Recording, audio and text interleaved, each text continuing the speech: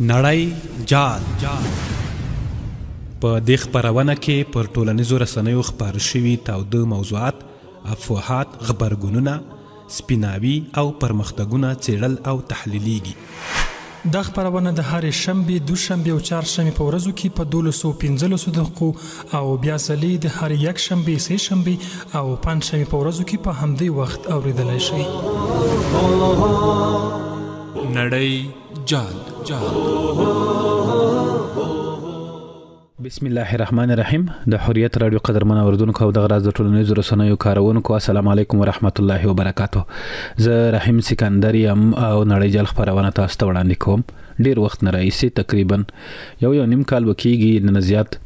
د خبرونه سره به تاسو کچاوریدلی بلد واستئ. نو دا د 2 ورځو مواد موږ د خبرونه تر اخلو او تاسو ته په یو ساعت یا 30 دقیقو کې وړاندې کوو. یعنی موږ 2-3 ورځې په دې باندې خواري کوو. نو د هر ورځ بیا موضوع ګرمه موضوع وي. نو په انټرنیټ کې چې څومره شبکې دي، هغه ټویټر دی، چې ایکس نومې دی، فیسبوک دی، ټویټر دی، انستګرام دی، ټیک ټاک دی، یوټیوب دی، ټیلیګرام دی، نه دا ټولي موضوعات چې په دې کې څېړل کېږي، حتی کمنټ هم تاسو ته راخلو. نو د 2 ورځې خو به تاسو ته معلومات وي. 3 ورځې چې د افغانستان او پاکستان ترمنځ شخړه وه، دا تر دې دمه باندې افغانان المانځي، یعنی دا جشن المانځي، دا یو د خوشحالۍ ځای دی. کله چې بیا د وطن او ناموس د ارزښتونو مسلې شي، دې کې بیا سړی ګټې او تاوان ته ډېر نه ګوري. یعنې دا مالي او ځاني زیان ته څوک نه ګوري. دا بیا ځان ته یو کیفیت لري. د هر چا کار نه دی. او په ډېرو هیوادونو کې داسې خلک شته چې هغه سمه د یو چوکاټ یو قانون رامنځته وي، خو که ډېر فشار پې راشي، د افغانانو غوندې یو کمزوري حالت کې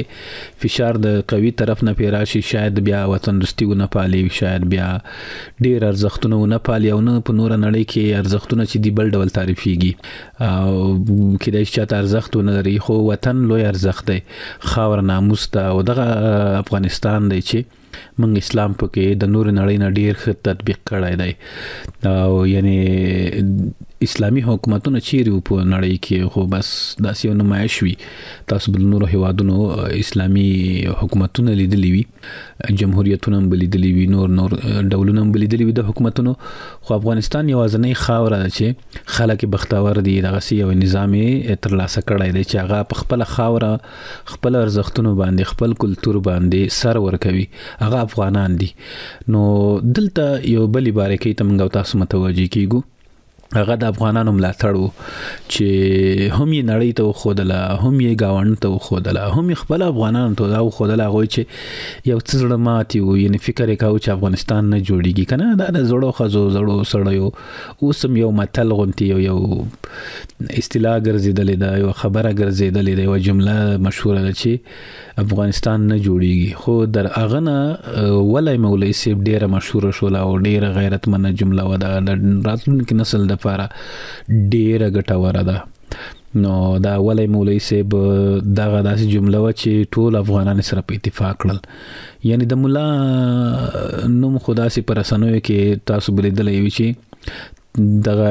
څو لسیزې داسې شوی دی چې لکه دا وطن سره مینه نه لري، دا یوازې اسلام پالي، یوازې بس داسې دي چې نور خلک په افغانستان کې کاروي یا استعمالوي یا دوی غلطوي، دوکه کوي. دغسې د غربي رسنیو کې ډېر دغسې تبلیغ شوی و ملا صاحب که نه. خو هغه مغه ملا صاحب و چې په وطن یې ننګ وکړ، او دغه ازغنتار دا کرغېړه نه کرخه چې په افغانانو تپل شوی ده، جګړې هم په تپل شوي دي. یعنې اول بریدونه چې کوي نورې نړۍ نه شوي دي، وروسته افغانان بیا پسې پاڅېدلي دي، هغو ته یې شکست ورکړی دی. نو پاکستان هم دغسې یوه تېروتنه نه، څو تېروتنې یې وکړلې، افغانان ورته غلي وو، هم دغه پیغورونه یې په ځان منل که نه. او په داسې حالت کې چې دغه افغانانو ته موږ ویل چې لږ صبر وکړئ، دا امارت په دې موډ کې نه دی، لږ د کوي شي. خو نه، افغانان ډېر احساساتي وو چې نه، دا به تر څو پورې د تا پلمې وي چې موږ کمزور یو، دې موډ کې نه یو، او رادار نه لرو، د هوایي فضا زموږ په لاس کې نه ده، او دا د مقاومت او دفاع دپاره څه نه لرو. نو بالاخره امارت هم هغه د صبر جام پول شو، یعنې په یوه وخت نو صبر تمام شو. بالاخره یو بل تکتیک وکړه چې هغه چریکي بریدونو کې امارت یو خاص نوم لري. په فرضي کرخه یعنی د چترال نه رونی ست نیمروز پورې چې څومره په هلمند کندهار او پکتیکا او پکتیا او خوست ننګرهار کونړ څومره چې د فرضي کرخه ته څیرمه ولایتونه دي د ټولو کې د لومړی ځل و چې په دومره غټه کچه باندې په دومره هجوم او فشار سره پاکستان باندې بریدونه کیږي ځکه هغه موږ سره دیوال په دیوال دی انداسې نشي کېدای چې 1000 کیلومتر لري موږ تر لاړ شي شاتګو کې او بیا موږ د تخافو چې اوس به سره کم تخپل توغانده او راکټ او شته د ورسو نو دا خو چې را پریږدي بیا خو ډیره خشي دومره 1000 کیلومتر سیمه چې را پریږدي دومره بیا نور امارات ورمخته کیږي حکومت د افغانستان خلک ورمخته کیږي نو کله چې بیا دیوال په دیوال کې ډیره ټیکنالوژي او ډیر څه هم لري بیا انسانان پکې دي روباټان نه دي هغه کچ ته نړۍ نه رسیدلې چې په سرحدونو کې روباټان واچوي هغه کچ پورې چې نړۍ رسیږي خدای مهربان دی موږ به یو ځای ته ورسیږو چې بیا حد اقل د خپل افغانستان نه خو دفاع کولای شي که بل چا باندې نشو ورتللی بل هیواد ته توغندي نشو ورشړلی خو د خپل خاورې او د خپل ځان دفاع وکولای شو یو رادار یو سیستم به ولرو تر هغه پورې به موږ نړۍ سره ډیر خلاص وړي خپل استعدادونه مې کارولي وي خو په ټوله کې د افغانانو اتفاق چې و دا په څو لسیزو کې بې ساری و دغسې په دا 50 کلونو کې افغانان دومره نه دي په اتفاق شوي سمه ده په زړونو کې به ډېر تاو وي په زړونو کې به ډېر شکایتونه ګیلې وي خو په دغسې حساس وخت کې بیا خپله وفاداري خپل افغانیت یې وښود ډېر مسایل شاته وغورځول نه یوازې دا چې نور خلکو شاته وغورځول امارت هم شاته وغورځول امارت هم ډیر څه لکتر لګه قرباني دوی ورکړله دوی شهیدان ورکړل په دې پوله باندې داسې نه و چې یوازې د پاکستان طرف ته خلک وژل شي تقریبا تر 90 پورې تر 100 پورې حتی دا پاکستانیان وژل شي خو دې طرف هم داسې نه و ډیر ملګري پکې زخمیان شول مجاهدین پکې شهیدان شول او دا همدغه سي تاوان وی لکه مخکې مې چې ویل د دې ارزښت باندې د زرو قدر په باندې زرګر پويږي خو په دې وطن کې اوس زرګران هم زیات شوي دي افغانان د خپل خاورې په ارزښت پويږي د خاور ورته سره زرخکاری افغانان وایي چې خاور خرو خو خاور پلورو یا خرڅوي نه خاور خرو خو خرڅوي نه دا د مجاهدینو شعار دی دا د ټول ولس شعار دی نو په دې کې تقریبا د افغانستان پخوانی مشران او د تیر د جمهوریت د وخت حتی اشرف غنی حتی نور چارواکي د جنرالان دا غویم د دې یو ډول دفاع غونټی کړي و یو ډول په افغانانو باندې ولاړ وکړو هم ډېر ستونزې شته خو هغه د غورونو وخت نه دی یعنی دغه ملاتړ دغه شر د چې پاکستان سره موږ کوم شر باندې اخته دغه شر کې ډېر خیر و یعنی د ته یو پلمه وکتله چې په کومه پلمه باندې افغانان سره راغون شي دغه خو د پلمه نه و چې امارت چاته ویلي وي چې راځي و غونډه جوړ کو راځي و مظاهره وکړو راځي دا وکړو دا ولس وکړه د ولس له خوا نه د مظاهره ترتیب شوی د ولس له خوا نه د جشنونه ترتیب شوی د ولس له خوا نه د چیغې ادم لا تړونه او د بینرونه چاپ شوی او لوحې چاپ شوی د ولس له خوا نه په فیسبوک ټوئیټر انستګرام ټیلیګرام ټیک ټاک یوټیوب په ټولو ټولنیزو شبکو کې غوغا جوړوا دا د ولس له خوا وا یعنی دغه سیوا پلمه چې څنګه حکومت او د ولس ترمنځ واټن کم شي اوس به وسوګوي یعنی واټن ولی نه وای دلته حکومتونه رنګ شوی دي انقلابونه تیر شوی دي او خلکو په ذهنونو باندې کار شوی دی غولول شوی دي څومره دوی څه زمنګ ته خلکو له پام را بد کړی دي سو دوی ته خلکو له پام ور بد کړی نو دا خو خامخا ډیر ستر واټن وو نو هغه واټن بیا تقریبا 98% لمنځلړ 98% ځکه یادو چې 2% داسې کسان هم پکې وي چې لکه ما مخکې تیرو خبرونه کې مو ویل چې یوازې خپل شعر او خپل لیکنه خوان ورکوي په هیڅ نظام کې د هیڅ چا نه خوشاله ان د اختر په ورځ مروژه نسی داسې خو لري ځنې خلک خو هغه داسې لکه د ورځې سرل مرته چې لاټین یا څراغ لګوي چې هغه نه پکې ښکارېدل خلکو هغه ته هم سپکس پوري ولي او دا به داسې حل کې دغه اتفاق رامنځته شو چې پاکستان کې ځینو خرج شویو افغانان نه پوهېږم ورته وایي که نه خو بس هغه تذکرې د افغانان دي هغه غونډه جوړه کړې و د افغانستان د تصمیم په حساب باندې او دوی دا تمه لرله چې پاکستان چې دی هغه زموږ هیواد دی او ځینو حتی دا هم لیکلي چې زه افغان نه یم او نه افغاني غیرت راکې شته او پاکستان چې دی هغه زموږ ورور دی دوست مو دی دا دی د هغو ته هم یو ښه ضربه ورکړله دغه شر دا اوس کوم چې شر چې تیر شو یعنې ټول افغانان په اتفاق وو هغوی سر نشو جګولی د هغوی غونډې کمرنګې کړلې نو دا دې ته ورته نور مسایل دي زه به تاسو ته د بابرک درویش یوه لیکنه ووایم دا ډېره لنډه ده خو ډېره ښه یې لیکلې ده بیخي لکه د نسیم حجازي د ناولونو کومه ژبه چې ده هماغسې کیسهیزه ژبه ده هنري نثر دی دا مول وهلی ځوان دا عنوان دی وروسته بیا کیسه پکې راوځي چې څه ده دا همدغه شخړې ته لیکل شوې ده خو ډېره ښه لیکل شوې ده هوریت راډیو نشر کړې ده او خپل ادم زموږ همکار لیکلی بابرک درویش د لیکوال دی غازیان ناکراره وو ځمکې ځای نه ورکاوه پر کابل د هوایي برید 2 شپې تېرې شوې وې هغوی مخامخ دښمن پوستو ته لیدل خو مشرانو لا د برید امر نه و کړی د جمعې په مازدیګر افغان پوستو ته نوي ځوانان راغلل دوی په قد قامت فوزي یونیفورم امکاناتو او آن په څیرو کې له ډېرو ځانګړي وو له سلام کلام وروسته ځینې په خبرو یو شمیر یې له پوستې د باندې او یو مول وهلی ځوان ټاور ته پورته شو د ټوپک دوربین یې یوه او بله خوا تاو کړ مسک شو د پوستې مجاهد ته یې مخ ورواړو او ویې ویل دا بدبختان د پټېدو ځای نه لري د پوستې مجاهد حیران کتل مولوي صاحب د هغوی برجونه ډېر کلک دي د پیکا او کلاشینکوف مرمۍ کار نه پرې کوي ځوان د مجاهد پر اوږه لاس کېښود او ویې ویل د ټاور له تیرکش مرمۍ په اسانه تېرېدی شي د پوستې مجاهد په بیړه وویل مولوي صاحب لکه چې نښان ویشتونکی مجاهد ورو وویل د شپې یې بیا سیل کوه د پوستې مجاهد وویل له کلونو مې دا ارمان دی چې د پوستې پر بام یې ودرېږم خو پام چې زه درنه ژوبل نشم ځوان وخندل زه په توره شپه کې خپل او پردی پیژنم ماښام د پوستې پر بام یو نوی راغلی ځوان اذان ته پورته شو شونډې د الله اکبر په نارې خلاصې شوې غږ یې ځانګړی کیف درلود د وطن غرونو خپل بچي سره د تکبیر نارې داسې زمزمه کړې چې اذانګې وکړې د ماښام لمونځ د همغه تر ټولو دنګ ځوان په امامت چې له بام یې شاوخوا سیمه څارلې وه ادا شو د شپې ډوډۍ په بیړه وخوړل شوه یوه بله ډله چې ځانګړی یونیفورم یې پر تن و راغلل د دوی په څیرو کې رغب او جلال پروت و خو خپلو کې دومره مهربانه چې تابو ویل ورونه دي هر یو خپل ځای ته لاړ غازیان ګوته په ماشه و د وطن هره تیږه ونه او کړنګ نن سنگر و همغسې لکه د انګریز پخواني شوروي ناټو او امریکا پر ضد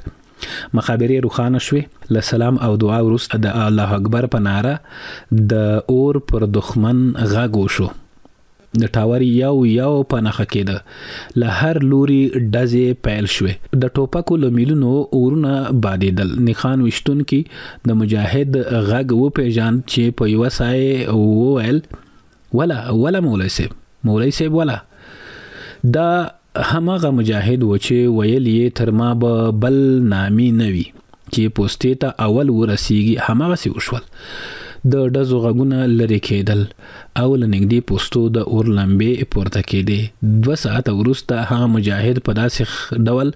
خپلې پوستې ته راستون شو چې پر اوږو او غاړه یې 6 ټوپکونه راځړېدل مجاهد چې سایه لنډه کېده مول وهلی ځوان ته وویل ستا مرمۍ رښتیا هم له تیرکش تېرې شوې وې یو پر بل پراته و پای نو دا یوه ښه لنډه کیسه هم کېدلی شي ځکه ډېره لنډه وه او تاسو به مطلب ترې اخیستی وي بیخي هغه د ناول او د کیسې ژبه وه نو دلته یو باریکي پکې وه چې له هغو خوا نه چې راتلو پر اوږو یې 5 ټوپکونه راځړېدلي ول معنا د دښمن پوسته یې سقوط کړې وه د هغو نه یې غنیمتونه وسلې راوړې وې او واقعا چې ډېر غنیمتونه یې راوړي وو او د دوی درشي راوړي وي د دوی خولي راوړي د ټوپکونه راوړي دا ټول دغه پرون هم د کونړ په جشن کې ننداره ته وړاندې شول دغه نمخ کې پکتیکا کې خوست کې او په ننګرهار کې دغه راز په وزیر اکبر خان کابل تپه کې نو دا غنیمتونه و چې حتی ولس عکسونه سره باسا ولس چپېړي ورکوه د غنیمتونو ته درشي ته ټوپک ته خو احساسات دي کنه وطني احساسات دي او دا شکر چې دا احساس موږ لرو کدا داسې وای چې دا ملت ویل چې منګي پیسې دا د حکومتونو کار دی دا سیاستونه دا جنگونه او دا ترتیبونه او دا اړیکې او دا خرابتیا او دا تګ راتګ او سوداګري د حکومت کار دی نو بیا به ډیره بده ورځ خو ښه ورځ دا ده چې افغانان که څه هم ټکېدلي دي نو هغه د بټۍ د دیوال غوندې بیا هم پخ شوي دي که ډېر ور پکې بل شوی دی دا دیوالونه پخ شوي دي د خلکو ډېرې ستونزې شته یعنې که موږ کله کله غورې کوو یو څوک به راته وایي والا خو خپل ځان هم وګوره چې په کومه کچه کې موږ هم دا وایو چې په دغه کچه کې موږ دغسې مقابله کولی شو نو که ډېر ښه شو او څه نیمګړتیاوې چې د هغه له منځه لاړه شي څه ستونزې دي د ولس او د ملت هغه رفع شي نو بیا خو موږ جوړ روغ یو یعنې اوس وخت کې موږ دپاره جالبه ده جالبه په کمزوري وخت کې وي جالب سختو شرایطو کې مبارزه خوند کوي هغه څوک چې د مبارزې په خوند پوي دي ارزښتونو په پاللو باندې مزه اخلي نو هغوی ته بیا درک کیږي چې مبارزه کوم وخت کې خوند کوي په ډېر سختو شرایطو کې یعنی اسلامي امارت په داسې وخت کې شرایطو په داسې وخت کې مبارزه کړې ده که تاسو ته تیر تاریخ بیان کې سم داسې یو خو داسې وي چې دغه فلمونو دغه کیسو کې سره لولو یو څوک موږ ته کیسه وکړي په یوه خاطره یو مجاهد راته وایي یو داسې ده چې خپله هلته وخت تېر کړی وي خپله مجاهده یې کړې مبارزه یې کړې وي هغوی ته پته لګېږي چې یارو د خپلوۍ چې موږ سره چا نه پاللې هم دغه راز موږ سره چا دوستي نه پالله په کلي کې نه پرېښودو را باندې پښیمان به موږ سره موټر کې نه تلل یو ځای و چې موږ مور سره وولي نو د هغه ځای نه چې را شروع کړي هغه سرویس بوټونه هغه کمزوری موټرسایکل داسې نور ډېرې کیسې دي که نه یعنې تاسو ته معلومات شته کیسې مو تاسو اورېدلې خو د ناټو غوندې یو قوت سره د امریکا غوندې یو امپراتورۍ سره سخته ډغره وغله ټټر په ټهر مټ په مټ یې ورسره ولکه زلزلې داسې ډچکې سره وخوړلې خو هغه وخت کې هم خلکو پسې ګڼل تاسو لیونو به ویل دوی لیوني وګوره مطلب خلکو به دا کیسې پسې کولې وای دا لیونی ګوره امریکا سره ډغرې وایي هغه څلور انچي ځای هم د په اسمان نه ویني ډرون باندې صحیح د ډرون وهلې مو خوړل همدغه راز نادیدګۍ هم وي په جهادونو کې که نه ډېرې وي خو دې نه وروسته انشاءالله یو سیاست شته یا د نړۍ سره اړیکې شته نړۍ سره سوداګري شته دغه موږ او تاسو که د هند ته د متقي صاحب سفر باندې یوه لږه رڼا واچو هم نو هغه ډېر لاسته راوړنې لري هغوی اقتصادي لحاظ باندې هم په دیني عقیدوي لحاظ باندې تاسو د دیوبند دارالعلوم مدرسې نه د متقي صاحب لیدنه چې 28 کاله وروسته د افغانستان یو مشر ورځي او بیا د خپلې هغه تهداب کوم ابتدا احترام کوي هلته او هغه خلکو ته یو روحیه او مورال ورکوي دا په خپله یو لویه ستړنه دغه راز موږ هند سره د سوداګرۍ په حساب باندې تقریبا د کال $1 ملیارډ ته راکړه ورکړه رسیږي هند سره $1 ملیارډ دا د کمکۍ حساب نه دی دومره موږ د ایران سره لرو د بل نورو هیوادونو د نه زیاته لرو نو دا هغه څه دي چې موږ او تاسو بسیانه ته یعنې تر ټولو فکري جګړه مهمه ده چې موږ او تاسو دغه فکري کور شو نو بیا وروسته ډېره بده نشته داسې ښه چې هغه موږ ورته خفه شو نو یوازینۍ ستونزه چې ده او هغه دا ده چې موږ او تاسو یوازې اتفاق د پاره مشکل لرو دغه تیر شپه د خوست والی ویان مستعفر ګربز ویل دي د سه شنبه ماخام شاوخوا او بجې د افغانستان زړور امنیتي ځواکونو د دې ولایت د پلوڅي په سیمه کې چې د ډیورن فرضي کرخه اوګدو کې موقعیت لري د پاکستانی ملیشو پر پوسټو یو هدفمن او مخکنی برید تر سره کړی نوموړي زیاته کړي د شواهدو له مخې پاکستاني ځواکونو د افغان ځواکونو پر ضد د برید چمتوالی نیو، خو د افغان ځواکونو د دقیقو استخباراتي معلوماتو پر بنسټ هغوی له وخت ضایع کولو پرته د مخکینی اقدام پریکړه وکړه او د دښمن احتمالي بریدي شان کړ. د خوس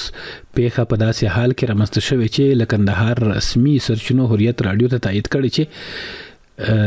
تیر شپه هم د شورابک په سیمه کې د افغان او پاکستاني ځواکونو ترمنځ شدیده نښته شوې. دا تازه فوزي اقدام یوازې څو ورځې وروسته له هغه تر سره کیږي چې د افغان ځواکونو د ډیورن په فرضي کرخه اوګدو کې د پاکستاني ملیشو پر پوستو پراخ او هممهاله بریدونه کړي وو. هغه عملیات چې د شنونکو په باور د افغانستان د ملي حاکمیت د دفاع او د سرحدي تحرکاتو د مهار په برخه کې د نوې پالیسي تسلسل څرګندوي. نو د خبرونې نیمایي تم رسیدلی او نور ډېری کیسې هم شته. موږ زه به تاسو ته لړن یو څو خبرونه ووایم چې تاسو طبیعت راسته شي. د طبابت په برخه کې بېساري پرمختګ افغانستان نور د ډي ان اے معایناتو تر سره کول وړتیا لري. ډي ان اے معاینات چې دي هغه انسان معاینه کوي چې د چا اولاد دی کنه او د چا دی او د کومې کورنۍ دی، د کوم نسب سره تعلق لري او د پلار څوک دی. د ډي ان اے معاینه چې دا دینه کیږي دا معلوموي. او د افغانستان مسافرو لپاره لوی خبر د هرات او مشهد ترمنځ د مسافرو ریل ګاډي سر له سبا فعالیت پیلوي. یعنی نن د پاکستان ته د امریکایي ډیپلوماټ زلمی خلیلزاد پیغور اسلام آباد د نورو هیوادونو لپاره د توسعه پر ځای خپل بغاوتونه مهار کړي. سالنګ لوی لار به د 10 ورځو لپاره وتړل شي. ټول ګټو چارو وزارت وايي تونل د نن پاتې کارونه بشپړوي. افغانستان او بنگلاديش اخیری 500 ورځې لوبه کړې ده. دا خو معلومه شوله چې افغانستان کلین واش ورته وایي، که ورته وایي کلین سویپ ورته وایي. درې واړه ترې وګټلې افغانستان د بنگلاديش نه د نمخ کې شلوريزو کې درې واړه لمنګ بنگلاديش ګټلې وي. نو 500 ورځې لوی لوبي دي، شلوريزې دومره شارټ کټ دي یګر نه پسې سختي چې دغه ټیسټ دی خو دویمه درجه کې هغه 500 ورځې دي چې خه مقامونه لري افغانستان په دې کې. ویرا او کده خپل زور ننداره ناتو د 2 اونیو لپاره دفاعي تمرینونه پیل کړل. قدرمن اوردونکو زمنګ د خبرونه نیمایي د نړۍ جل خبرونه د حریت رادیو اوري چیرته زیمه لند د ماخلو بیرته راځو.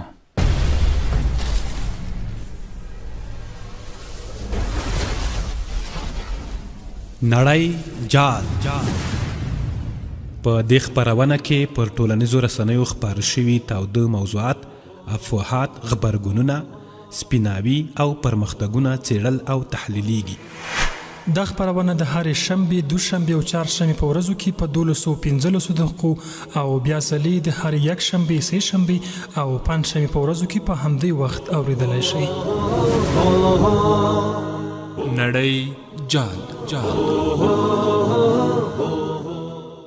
د حریت رادیو د نړۍ جل خبرونه قدرمن اوریدونکو یو ځل بیا خرغلاس تر توای ما تیر نیمایي کې منګ د افغانستان او پاکستان په شخړه باندې وغږیدو چې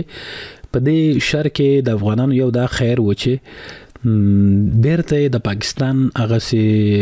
دفاع وکړای شوله او نړۍ ته زور خو د نړۍ کې باور ترلاسه ک.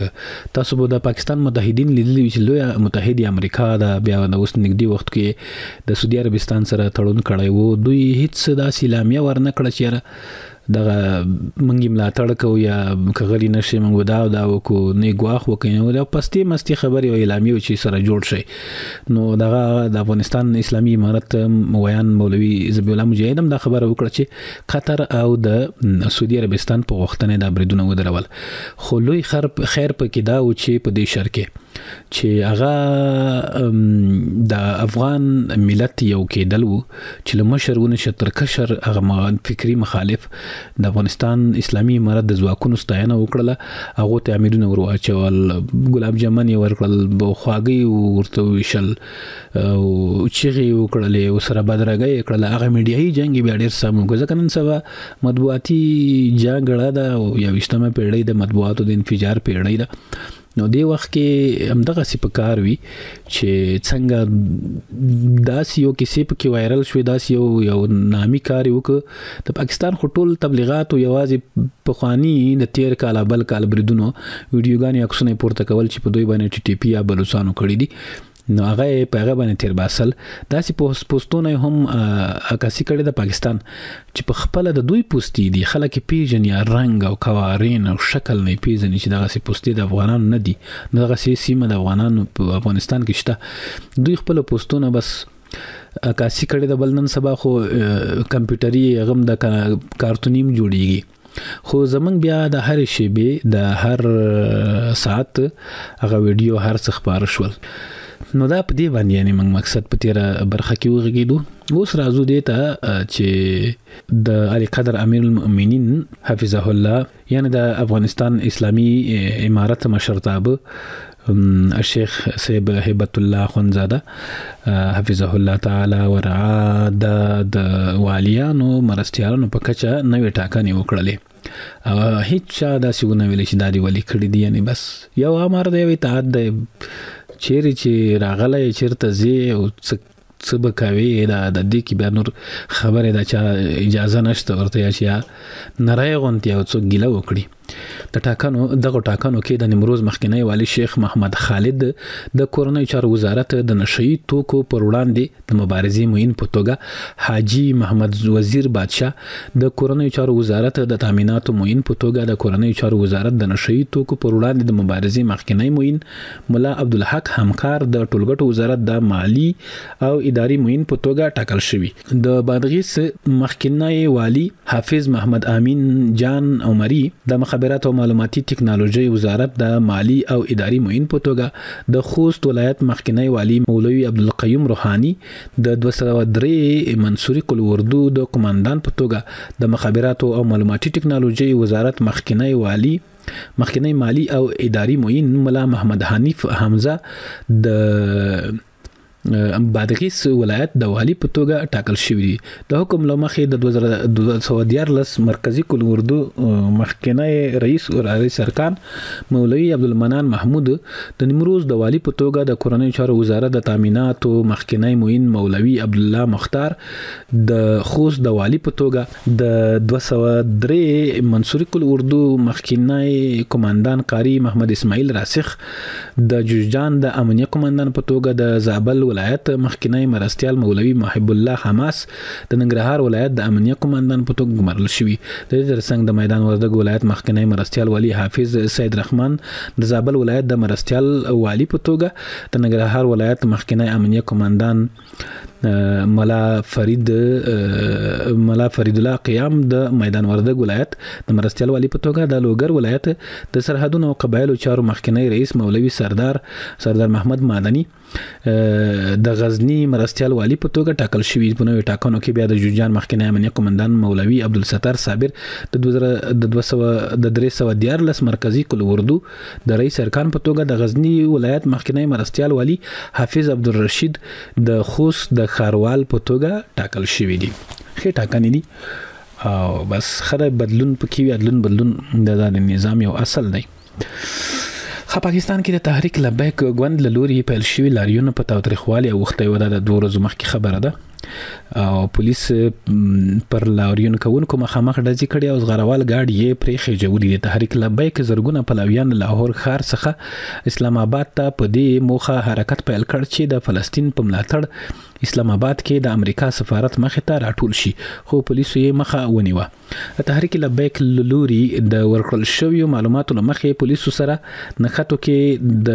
280 زیات کسان وژل شوي یا 900 یعنی سل کم 2000 نور ټاپیان او یا کسان د زغروال گاډو لاندې شوي او 12 کسان جسدونه ته اور کړل شوی دی د معلوماتو لمخې د محل د غورز خبره ده سربېره د پنجاب په شیخاپور نگانا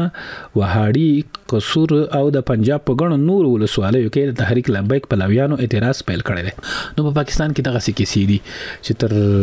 خپل ولس په سر راپورته شوی دی، په ولس په حکومت پسې په کاڼو ویلي. تاسو کا ویډیوګان نه ویلي درې نو وی ګورئ او چاته وایي چې دغه د پاکستان تحریک لبیک نوم چې ورکړي په انټرنیټ کې تاسو ته را اړوي. نو هغه چې کوم پولیسو باندې بریدونه کړي دي نو په جواب کې دوی وشت دي. خو یعنی دلته بحث دا دی چې په افغانستان کې د 2 ورځو کې ولس د ازواکونو غاړه ته مجاهدینو غاړه ته عاملونه ور اچوي، خواږه ور کوي، ګلونه به پاشي. او پاکستان کې د تیګو باران په اوروي، هغلته په لختو په کوتکونو وي پاکستاني ځواکونه خپل ولس په سر راپورته شوی دی. ان ډېری پرتلې موږ تاسو وینو چې د دوی د ځواکونو د ملاتړ په حساب باندې 2 کسان چیرته راغون شوي دي. یعنی کډیر حساب کو یو لس نفر بوي چې د ټول پاکستان غلاریونو چې راغون کې د جشنونو ملاتړ چې راغون کې د پاکستانی ځواکونو چې ولس ملاتړ کړی دی، د ټول پاکستان چې راغون کې یوازې موږ د کوټسنګي سره نشي برابر دی. کوټسنګي په کابل کې یو کوښنۍ ځای دی پلاندې، نو داغه رشکش د ټول پاکستان نه زیات واغه د وزیر اکبر خان کې هغه اورلوبه دغه بلش پچې اورلوبه وی او داسې نور ساتيري وي د ترڅنګ په ننګرهار کې هغه د خلکو هر کلای او جشن چې ول منځل ش پاکستانی ځواکونو ته افغاني ځواکونو شکست ورکړ. په خوست کې پکتیکا کې هغه کلتوري دود سره سم آسانو باندې هغه سوارلي ورکړي خپل اتلان ته ټیسرونه ازیر ټیسرونه ور په سر کړل غاړه تعمیلونه ور واچول په لوګر کې. د غراز په تاسو په کونړ کې د پرون لیدلې وی چې بيخي لوړ ټارګټ یو ټارګټ لوړ ټارګټ په دې معنی چې ډیر لوړ خلک راوتلی وي. نور ولایتونو ته هغه سیالي خو د چې موږ هم نه چانه کم نه، نور ولایتونو ته ورو د سلسله غزيږي د مجاهدینو تشویق د مدني فعالیت او د غراز د حکومت د ملاتړ دا ورو دا رواجيږي دا کلچر چې خپل شنو موږ تاسو بیا نور دغه نوی نسل ته ډیر داسې اسانه شي په د هیواد په مینا باندې پوهیدل، په اسلام په مینا باندې پوهیدل، د خپل ارزښتونو سره په مینا پوهیدل. دا ډیر ضرور دي چې لمشم توبه کته چاته یو په مظاهره کې یا په لاریون کې یا په جشن کې هغه ازادي ورزي دي، هغه کداسي د بریالیتوب ورزي دي، شکست ورزي دي دښمن ته. دغه ورځو کې کته ماشوم عباس هغه ته یو احساس خامخا درېږي او خاطره ورته یادېږي، دا تر ټول عمر په ذهن کې وي. نو دغه سي ډېر پرتلې موږ د پاکستان سره لرو چې هغه دروغ پرول موږ رښتیا خبره کړل. موږ ټولي ویډیوګان لرلې یعنی سو پرتلې می ته وکړلې ودا چې الته پولیسو باندې کہانی وری د ولس لخوانه خلک په سره وتلی کو د تحریک لبیک زرګونه کسان را وتلی دي او هغه پاکستان کې مظاهره شروع کړې دي. ولس په سره وتلای د پولیس لاندې کوي په لغتوي وي مړکړي وژلي دي پټیګوي وي او دلته ګلان ور اچوي غاړه ته ملونه ور اچوي ګلان په پاشي ولس هلته 2.5 کسان را وتلی د په ملاتړ، دلته لکونه کسان را وتلی په ملاتړ او هلته کومه تاسو ګورو دوی کرایي فوز دی یعنی په کرایه جنگيږي. دلته داسې شوی دي چې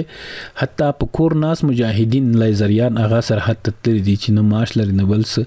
د وطن دفاع کړي دا ډیر فرق لري چې یو څوک معاش اخلي د معاش لپاره جنگيږي نو هغه ځان نه وژني تختی، هغه وایي چې ما د معاش کې صد د وطن ارزښت دغه شانو د احساس باندې نه پويږي او نور سره شته بس لکه فارمي چرګان نو دغه احساس نشته ورسره. نو دا ډېری پرتلې دي موږ تاسو موږ بل پرتله دا چې مخکې به زمونږ مشران ور خوشي وو پاکستان ته او د مسایلو حل د پاره، اوس د دوی پاکستان مشران را خوشي وي. تاسو به د اس آی مشر هم دغه راز د پاکستان دفاع وزیر غراتګ په اړه خبر وایسته چې 2 ورځې کې ویزه او پاسپورتونه چاټ پاټ لګول خو دراتک کې سبب شو اسلامي امارت برت کړل نه ور سره کول مذاکرات انداغه حالت د چې مخکې موږ ورتلو اوس دوی راځي بل پرتله دا چې مخکې بلاري بند شولې موږ بوغه غاګه ډکړه او چې دا سبزی کې ماته شولې او میوه کې ماته شولې نور کې سيدي خو اوس چې لاري بند شو د جګړې لامل نو اوس پاکستان کوکی وایي د جنیوز خبر مملیدلې وی چې په لاهور کې په 200 روپۍ د رومیانو کیلو د بانجانو کیلو 500 کلداري یعنی تقریبا 115 افغاني تر جوړیږي دا راس د ټیپر شلغم په 200 دی نو دا وای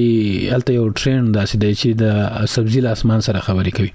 دا څو پرتلې وي، هغه بل پرتله چې دوی څومره راوژل یا موږ څومره غشتري واخیسته، هغه څومره مو د بنگلاديش هغه ریکارډ بیا د بلوچستان یو مدني فعال ده د لرو برغونته یو مدني فعال مارنګ بلوچ وای دا دوی وای چې پاکستان سپر ځواک چې دی په نړۍ کې نوم لري هغه د افغانانو لخوا داسې مات شو چې حتی پتلون نه خویدل. دا هغه د بنگلاديش جګړې ته اشاره و چې یو وخت کې بنگلاديش ته پتلون ورپاتې و، دا ورته افغانانو ته پتلون ورباسي، وسلې ورپاتې شو، مړي ورپاتې شول. دغه سره ډیر فرق و. د بنگلاديش سره ته موږ هر څه راپاتې شو، پوسټي راپاتې شو، مړي راپاتې شول، درشي ټوپکې راپاتې شولې. دغه پرونی ورته وسپارل ځنې مړي او ځنې باندې هغه کسان اسیر شوي کسان چې ډېرې کیسې دي. نو را به شو زخم خپل پرمختګونه د حماس ټول ژوندي اسرائیلي بندیان خوشي کړل. بهرنیو رسنیو دوشنبه د تیر دوشنبه خبر ورکړ چې حماس جهادي غورځنګ ټول ژوندي پاتې شل اسرائیلي زندانیان خوشي کړل. IFP خبري اژانس د راپور لمخې د اسرایل د شل زندانیان په دوه پړاوونو کې سور صلیب کمیټې ته وسپارل شوې دي. له بل لوري د اسرایل زندانونو د فلسطینی زندانیانو د خوشي کولو لړۍ پیل شوې او تر اوسه له زندانیانو ډک 38 بسونه غزې ته رسیدلي. 38 بسونو کې چې داسې تقریبا یو 50 کسان هم پکې وي. نو دا تقریبا داسې حساب وا چې 15,000 کسان کیږي کنه. د اسرائیل او حماس ترمنځ د شوی هوکړې لمخې تل ابیب د شل زندانیانو په بدل کې 2000 فلسطینیان ل خپل زندانونو آزادوي، یعنی شمیر ته خبره لاړه. ولسونو د خپل بریمنو لخرو ته د هر کله وکړ وروسته له هغه چې اسلامي امارت د ډیورن فرضي کرښې ته هغه لوري ته انتقامي عملیات تر سره کړل. بریمن او فاتح لخر د ولسونو ته د هر کلی سره مخ شو. خوست، پکتیا، ننګرهار، کونړ پر بریمنو سرتیرو ګلان شیندلی او ګڼ ولسی وګړي هر کلی ته راټول شوي. ډیورن فرضي کرښې لتیریدو شاوخوا 122 کاله تیر شوي دي. خدا لومړی ځل دی چې په یو غږ د فرضي کرښې په اوږدو کې پر پاکستانی پوستو د اور امر شوی دی. د کابل او نوې ډیلی اړیکې به نوې باب پرانیزي. د افغانستان بهرنی چارو وزیر مولوی عمر خان متکی هند کې خبريالان ته ویلي د کابل او نوې ډیلی ترمنځ اړیکې به نور هم پراخ شي. هغه متکی کابل کې د سفارت ترکچې د هند ماموریت او نوې ډیلی ته د افغان ډیپلوماټانو راتګ هغه څه بللي چې په خبره یې کولای شي د دوړو هیوادونو اړیکې نور هم پیاوړې کړي. نموړي د تعارف ټیټول او سوداګریزه برخه کې د لا زیاتو اسانتیا راوستل او د دوړو هیوادونو په ګټه وبلل او زیاته کړه. تیر کال د دوړو هیوادونو ترمنځ ګډه سوداګري $1 میلیارډ ته رسیدلې و او دوی نور هم په سیاسي، اقتصادي او فرهنګي برخو کې اړیکې پراخول غواړي. د متکی صاحب یو څو لاستراوړنې چې تر اوسه پورې ډېر خلک په دا جنگ باندې مصروف دي. دغه جنگ یو څه کمرنګ کړی هنته دغه سفر چې و خو یو رنګ دام ورکو چې په خو وخت کې لاړ، یعنی داسې وخت کې لاړ چې دلته پاکستان هم ته خپل زور ورکړ چې هند سره څنګه اړیکې یک بیرته غړي وړي شي یا پیخمان شي یا بیرته یو څه داسې شاته کو کې خو نه اسلامي امارت مخ په بر روان دی لکه موټر سایکل د شاګیر نه لري. نو کله چې هغه ما د یو مامور خبري واورېدې د په هند کې یو دولتي مامور هغه ویل چې کله وای د متکی صاحب سفر نه یو ورځ مخکې د برتانیا لومړی وزیر سټارمر دا راغی. نو ممبئی کې خپل د مودي سره هم وکتل، خو کله چې د افغانستان بهرنی چارو وزیر راغی د سفر کمرنګ ک انیالته یو لوی سوداګریز تړون په راغلی وو د برتانیا لومړی وزیر یعنی صدر اعظم او خو د بهرنی چارو وزیر د افغانستان بهرنی چارو وزیر دغه سفر کمرنګ ک په ټوله هندي رسنیو کې همدغه خبرې دي چې محمد تقی صاحب راغلی د طالبانو مشر راغلی دی او د افغانستان اسلامي امارت یو پلاوی راغلی دی نماینده راغلی دی استاد ټول دا کیسې دي ځکه اسلامي امارت لومړی ځل چې هند ته ځي اول تاړي کې سره برابر برابلو برخو کې تړون شوی دی سفارت بخلاصوي تګ راتګ به د ویزو اسانتیاوي د مریضانو د کډوالو کورونه رغول به وي په وبو باندې پانګونه کوي په قانونو باندې پانګونه کوي چې دا سم مدیریت شي الوتنې به د ډیلی او کابل ترمنځ زیاتیږي دغه سي لسګونه امبولانسونه ورکړل ډېری نوري داسې نستراوړنې دي چې نغه موږ تاسو یادولای شو البته هندوستانیان په دغه سي مجلس کې یو بحث دی نو په کې ټوکه ورسره کوي هندوان ورته وایي چې متکی سیب ته هندوان وایي افغانان د ډېر د جنگ خلک دي جنجالي خلک دي ټول عمر خلکو سره نړۍ سره جنجالونه کوي ټوکه ورسره کوي لکه متکی سیب نه خبري باسي څه وایي خو متکی سیب ډیر ښه جواب ورکړي هغه ورته وایي چې د کې شک نشته افغانان ډیر داسې هغه دي په جنگ باندې مشهور دي او په سختو بیا ته دي سخت مزاج دي کنه د سی غوسناک دي حوصله نه لري دا شک نشته خو افغانان یو خبره است چې هغه بیا هم دغه سی په دوستۍ کې هم کلک دي چا سره چې ملګرتیا ټینګه کې څه مقابل لوري غداري نه ورسره کړي تر قیامت نه خوشي کوي نو رښتیا هم افغانان چې دیم مل مپال خلک دی او ډیر خوش باورم دي دا یو کال جنگ ورسره وکا یو ورځ د خوږه خبره ورته وکا او لګستاینه وکا او لګ سر باندې لاس پیتر کده د یو کال بدی په یو ورځ په یو ثانیه کې درته هېریږي او بیرته د سره پیلوي دا کروست تا غداري مر سره کوله او خدای داسې ګمان نه کوي افغانان چې دا ما سره غداري کوي او خوش باور دي او بخي صادق خلک دي خدا د هند سفر کې سیوي نورم ډيري کې سیشتل د وختم کم دی دلته د پاکستان کې چې کوم د تحریک لبیک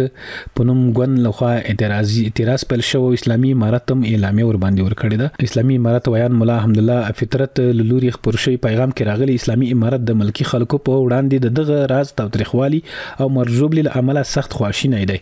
په پیغام کې زیاته شوی د وجل شوی له کورنۍ او ټول پاکستانی ملت سره خپل خواخوږي شریکو او ټاپیانو ته عاجله شفا غواړو اسلامي امارت په پاکستانی حکومت او په حاکم اړخ غږ کړی چې د خپل خلکو په وړاندې نور زور زیاتای ونه کړی او ستونزې د خبرو او مفاهمې لارې حل کړي دا په حال کې چې د پاکستان کې تحریک لبیک ګوند لوري پیل شوی لاریون په تاریخوالي او وخت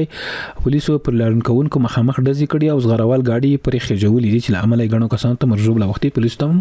مرجوب لا وخت دي یعنی موږ یو داسې موډ کې الحمدلله چې نور هوادونو ته نصيحتونه کوي چې خپل ولست تاسو سره پورته شوی دی په کارونو مولي نو موږ خواشین یو یعنی تاسو باید دا کنټرول کوي او ته حقونه ورکړي د توپچی ریاست لزده کړو 25 منصوبین فارغ شول د اوبو او انرژي وزیر روسیې ته په سفر لاړ د افغانستان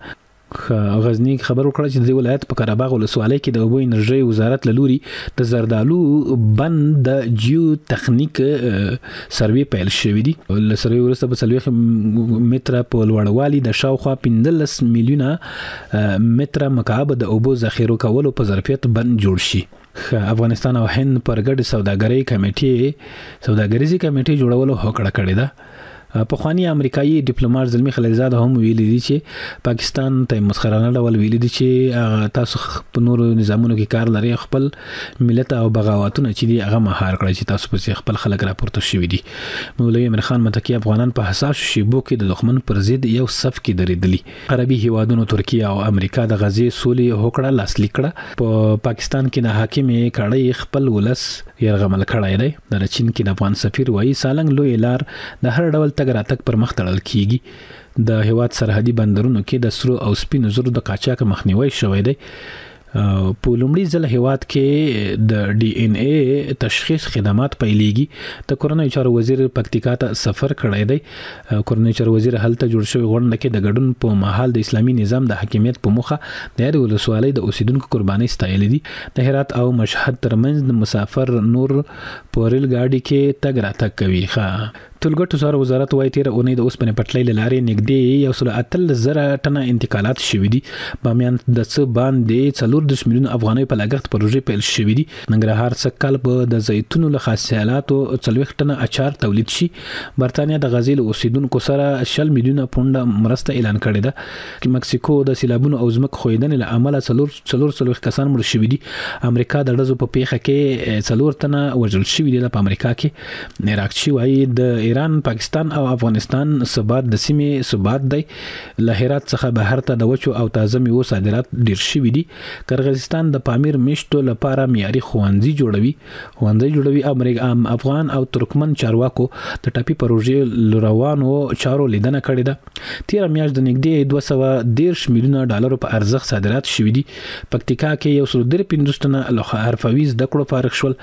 حماس 14 نور اسرائیلي بندیان خوشي کړل. نادریار احمدي بي اسناد افغانان به له ایران ویستل شي. تاشکند کې له افغانستان او پاکستان د سوداګرو ګډه غونډه وشوله. هند او افغانستان پر ګډه سوداګریزه کمیټې جوړولو هوکړه کړې ده. د اوبو انرژي وزیر وایي د انرژي اونۍ په نړیوال فورم کې د ګډون لپاره روسیې ته تللی دی. IOM افغانستان کې مو له 11 افغان ټولنو سره مرسته کړې ده. سپینې ماڼۍ وایي د ټرمپ د سولې د دوامدارې هوساینې اعلامیه خپره کړې. FAO د تیر کال راهیسې مو افغانستان کې نږدې 12 میلیونه څاروي واکسین کړي دي. افغانستان او هند ترمنځ سوداګري کچه $1 میلیارډ ته رسیدلې ده. ټرمپ اوس تمرکز یوازې د غزې په جوړولو دی. خلیزاد وایي نور ته لسپارښتنو خپل ګډوډ وضعیت سم کړی دی پاکستان ته ویلي. نو قدرمن اوریدونکو زموږ د خبرونه وخت په همدې ځای پای ته رسیږي. هوریت رادیو د نور خبرونه تعقیب کوي. نړۍ جل خبرونه وي تاسو اوریدله. تر بیا د الله تعالی په امان.